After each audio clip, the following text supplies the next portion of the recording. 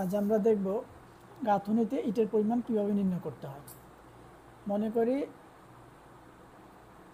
10 fit লম্বা একটি ওয়াল 5 fit উচ্চতায় তৈরি করতে হবে। তাহলে আমাদের কি পরিমাণ ইট লাগবে? তাহলে শুরু করি। প্রথমে ওয়ালের ক্ষেত্রফল নির্ণয় করি আমরা। ওয়ালটি হচ্ছে 10 ফিট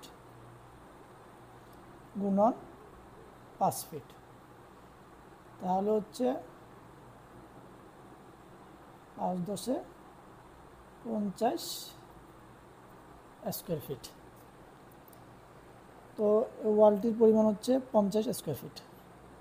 এটাকে আমরা মিটার নেব, বর্গ মিটারে। তো আমরা জানি 1 বর্গ মিটার সমান 10.764 SFT। তাহলে এখানে হচ্ছে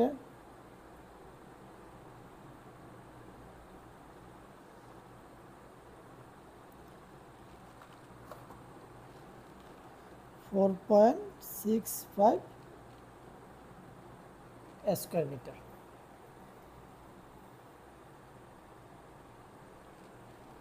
এখন আমরা জানি প্রতি বর্গমিটারের গাঁথুনিতে ইট লাগে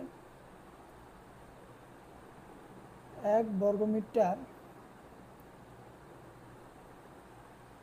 গাঁথুনিতে ইট লাগে 52 অর্থাৎ 52টি। তাহলে 4.65 স্কোয়ার মিটারে ইট লাগবে 241.8 অর্থাৎ 242টি। তাহলে